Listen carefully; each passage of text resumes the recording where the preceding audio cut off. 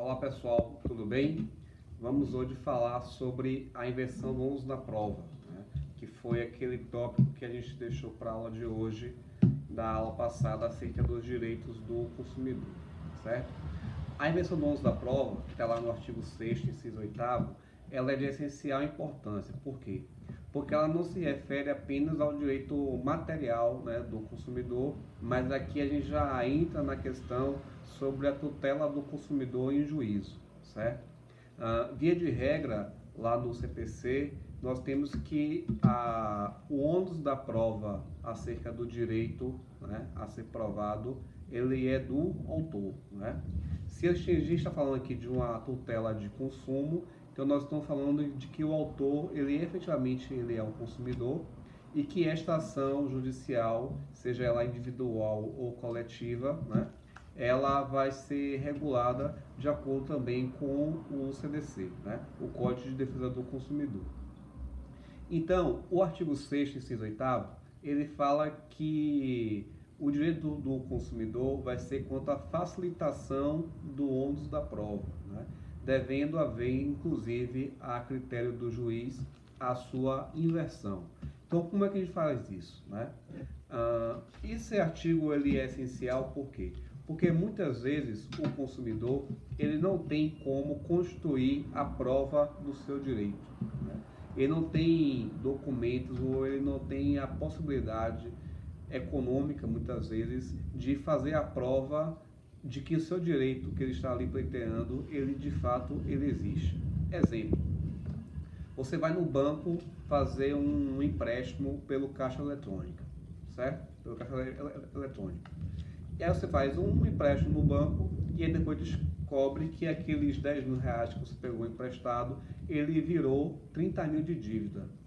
Como é que você vai fazer a revisão desse contrato de consumo se você, quando fez aquele contrato via caixa eletrônico, você não recebeu a cópia do contrato, né? A cópia do contrato, ela existe, ela está no banco, na sua forma eletrônica.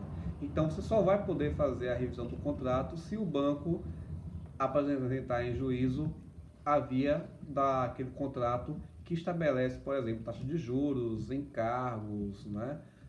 Tarifas bancárias, enfim, questões que você vai querer discutir para reduzir o valor, certo? Outro caso, por exemplo, que você também tem quanto a isso, né? Você está com problema de telefonia, né? A sua internet está acabando muito rápido. E aí você suspeita de que o pacote que você contratou, ele está lhe oferecendo um serviço a menor do que de fato deveria. Como é que você vai provar para o juiz que a sua internet ela está em quantidade ou qualidade inferior ao qual que deveria nos termos do contrato de consumo que você fez com a empresa fornecedora, né? Então deverá também a partir disso, né, pela própria empresa, porque só ela tem essas informações, né? São dados, são informações, são elementos que você não tem como constituir, porque estão em poder ou sob controle da empresa, né?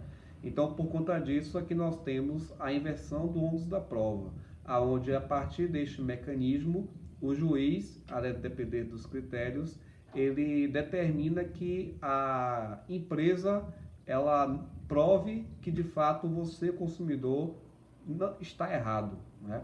Então daí você tem inversão do ônus da prova, né? Então veja só, você deixa de ter uma prova positiva, né? Então eu digo, né? Eu sou consumidor, o meu contrato de consumo ele é abusivo.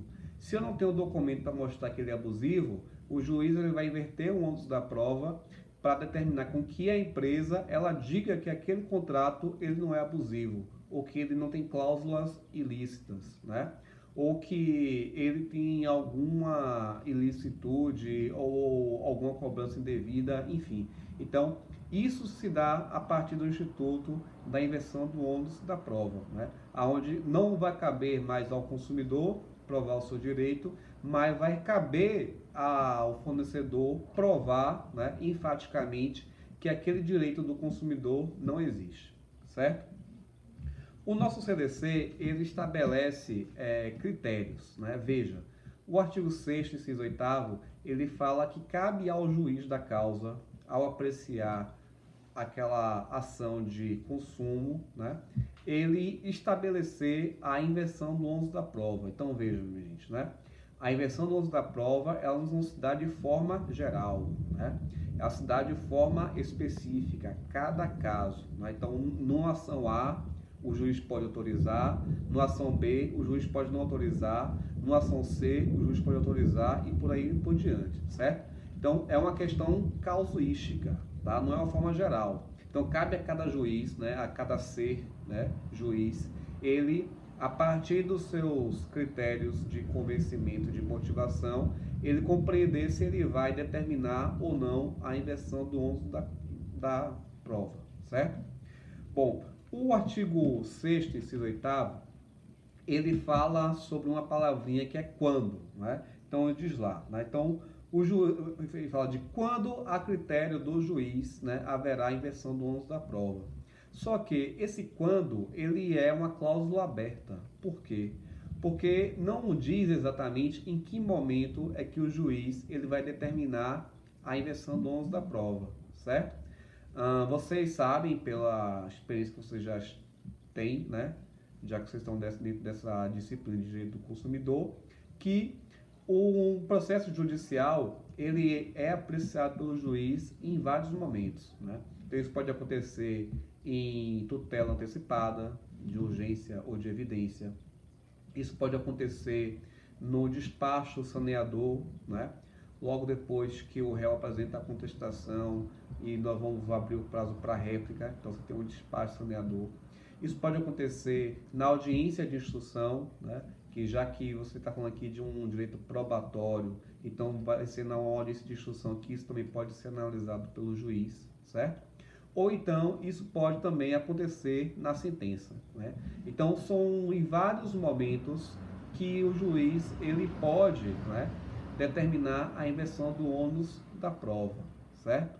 Então isso pode acontecer em 4 momentos a escolha do juiz, a depender obviamente também do procedimento em que aquela ação de consumo ela está tramitando, né? Então ela pode ser no momento que for analisar o pedido de tutela de urgência, né, ou de tutela não antecipada, digo, pode ser na audiência de instrução, pode ser no despacho saneador, né, ou pode ser também na própria sentença, certo?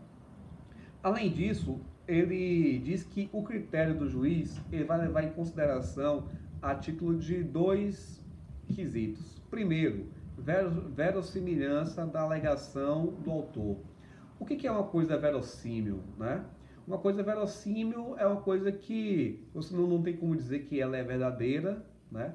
Mas que ela está muito próxima da realidade, né? O juiz pode compreender que aquilo ali de fato acontece muito na sociedade, então ele vai supor que aquilo ali de fato seja verdade ou que seja muito próximo da verdade. Então, por exemplo, se você tem um empréstimo de 10 mil e o autor diz que ele está pagando 40 mil, né, total desse empréstimo, então o juiz vai dizer, ó, tem alguma coisa errada aqui, né? Então, como é que 10 mil de crédito vai virar 40 mil de débito, né? Ou então é o seguinte, a pessoa, ela é um lavrador e ela foi negativado por uma empresa que fica no Rio Grande do Sul, né? E ela é do sertão da Paraíba. Como é que essa pessoa veio contrair uma dívida no sertão, lá no Rio Grande do Sul, se ela nunca saiu do sertão da Paraíba, né? Enfim, então são questões que o juiz pode compreender que de fato aquela alegação do autor está correta, né? Que de fato ele nunca contratou, por conta aquela negativação indevida, ou então de fato existe questões indevidas no contrato de consumo, então aquele valor do empréstimo ele é excessivo. Então são casos de verossimilhança, né? Onde o juiz ele vai pelo sua própria interpretação, né, pelo seu conhecimento da realidade, né, pela sua motivação, ele vai se convencer de que aquela alegação do autor, consumidor, ela é verossímil, então por conta disso ele vai compreender pela inversão do ônus da prova. Ou então quando o consumidor ele for hipossuficiente, né? Essa hipossuficiência do consumidor, ela está relacionada com a sua vulnerabilidade. A gente já viu isso em sala de aula, que essa hipossuficiência ela se refere a 3 critérios, que é tecnológico ou técnico, econômico, né, ou financeiro, ou então do ponto de vista jurídico.